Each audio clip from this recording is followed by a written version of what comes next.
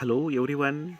आज आपण BCom first year second sem subject secretary practice chapter 1 ह्या ठिकाणी बघत आहोत.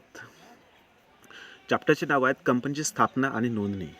तर कंपनी स्थापना आणि नोंदणी म्हणजे कंपनीची स्थापना का केली जातो आणि त्याची नोंदणी कशा पद्धतीने केली जातो. Formation and incorporation of a company म्हणजे जी कंपनी आहे त्या कंपनीच्या फॉर्मेशन किंवा कंपनीची स्थापना कंपनीची निर्मिती कशासाठी होतो किंवा कंपनीची इन्कॉर्पोरेशन म्हणजे कंपनीची नोंदणी कशासाठी होतो ह्या ठिकाणी आपण ह्या चॅप्टरच्या माध्यमातून आपण बघणार आहोत.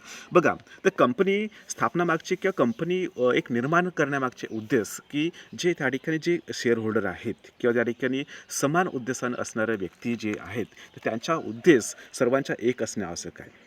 बघा, त्या ठिकाणी एकच कंपनीमध्ये वेगवेगळ्या उद्देशाने आलेले व्यक्ती त्या ठिकाणी त्यांचा उद्देश साध्य होऊ शकत नाही. म्हणजे कंपनीमध्ये जे लोक आहेत, कंपनीमध्ये राहणारे लोक आहेत तर सर्वांचा उद्देश एकच असणे आवश्यक आहे.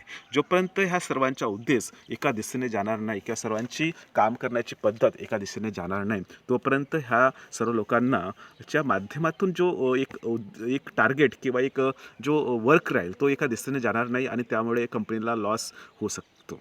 आलं म्हणजे या सर्वांचा उद्देश किंवा सर्वांचा हेतू किंवा सर्वांच्या वर्क करण्याची दिशा एका दिशेने जाणे आवश्यक आहे किंवा येणे आवश्यक आहे. आलं म्हणजे ह्या ठिकाणी जे कंपनीची स्थापना करताना त्या ठिकाणी समान उद्देशाने जे लोक आहेत, समान उद्देशाचे जे लोक आहेत किंवा समविचारी जे लोक आहेत ते एकत्रित येऊन कंपनीची स्थापना करण्यास ठरत असते. आलं ह्या ठिकाणी वाचून घेऊ. प्रस्तावनामध्ये दिलं आहे की सामान्य अर्थाने कंपनी म्हणजे समान उद्देशासाठी एकत्रित आलेल्या व्यक्तीचा समूह होय. म्हणजे ह्या ठिकाणी जे व्यक्ती आहेत जे कंपनीमध्ये एखादी जसं कंपनी असेल आपली एखादी एज्युकेशनल कंपनी असेल, बायजू असेल किंवा त्या ठिकाणी कुठली एक कंपनी असेल, सॉफ्टवेअर बनवणारी कंपनी असेल, त्या कंपनीमध्ये जे लोक आहेत ते समान उद्देशानं येणे आवश्यक आहे. किंवा एखादी ऑर्गनायझेशन असेल, एखादं NGO असेल, आला तर मग त्या ठिकाणी जे NGOमध्ये जे काम करणारे लोक आहेत त्या सर्वांचा उद्देश एक असणे आवश्यक आहे. आला तर समान उद्देश नसेल तर त्या ठिकाणी कंपनीचा जो उद्देश आहे किंवा कंपनीचा हित जो आहे तो साध्य होऊ शकत नाही आणि जे कर्मचाऱ्यापासून त्या ठिकाणच्या इंडस्ट्रीला किंवा त्या ऑर्गनायझेशनला नुकसान होऊ शकतो. आलं तर अशा व्यक्तीचा समूह म्हणजे कंपनीच्या नफ्याच्या उद्देशाने व्यवसाय करण्यासाठी किंवा कला, विज्ञान, शिक्षण.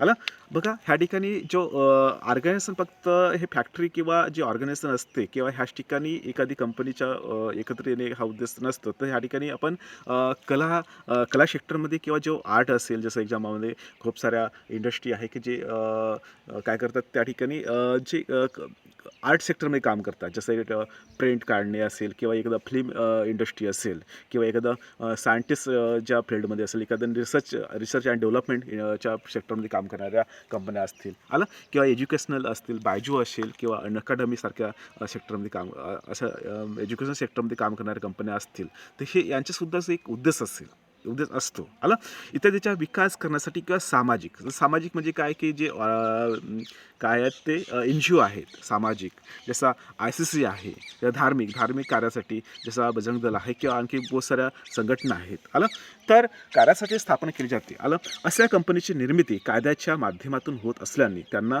कायदेशीर किंवा कृत्रिम अस्तित्व म्हणून ओळखले जाते. आलं जे कंपनी आहेत ते कंपन्यांना एक कायदेशीर अस्तित्व प्राप्त होते कधी जेव्हा त्या कंपनीचं रजिस्ट्रेशन एका रजिस्ट्रार ऑफिसच्या माध्यमातून होत असतो तेव्हा. आलं आणि तिला एक कायदेशीर अस्तित्व प्राप्त होत असते.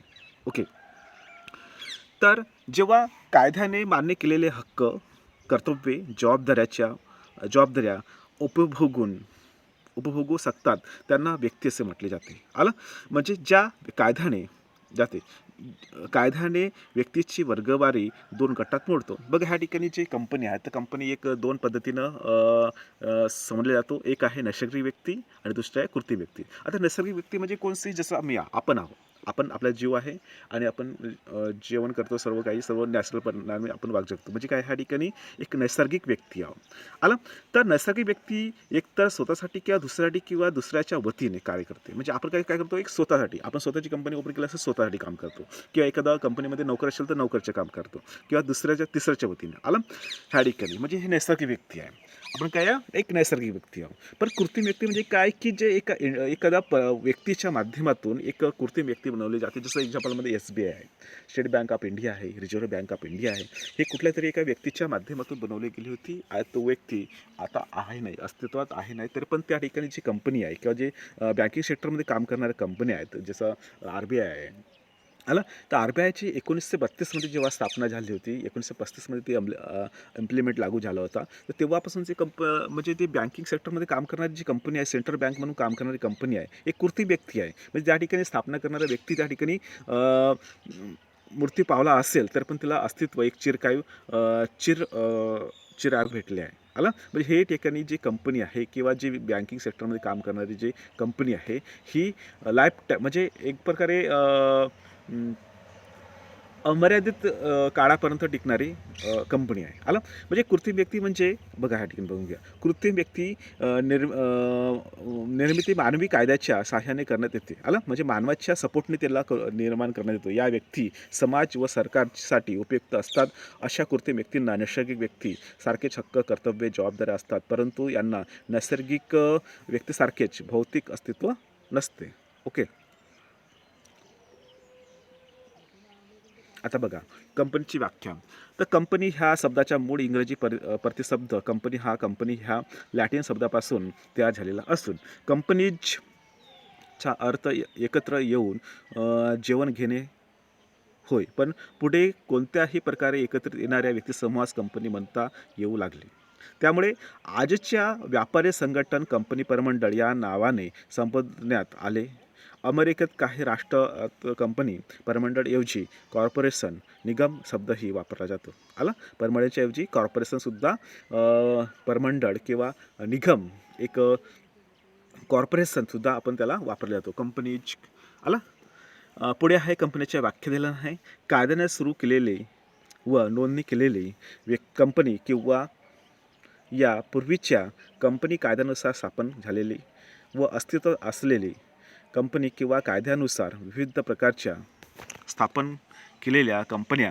उदाहरणार्थ भागाने मर्यादित कंपनी, हमीने मर्यादित कंपनी किंवा अमर्यादित कंपनी.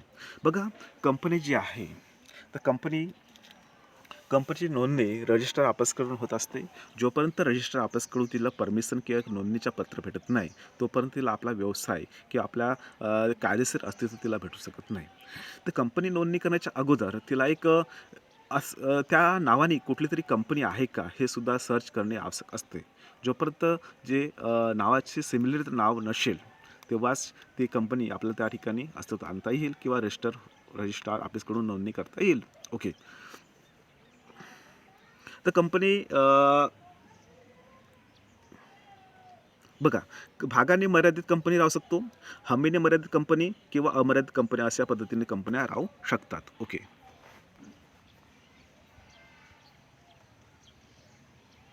पुढे नंबर दुसरी व्याख्या ह्यानेच्या सामान्य मुद्रा असलेल्या स्वतंत्र अस्तित्व असलेल्या व अस्तित्वाचे सातत्य असलेल्या आणि कायद्याने निर्माण केलेल्या व नोंदणी झालेल्या संघटनेला किंवा कृत्रिम व्यक्तीला कंपनी असे म्हणतात. ओके.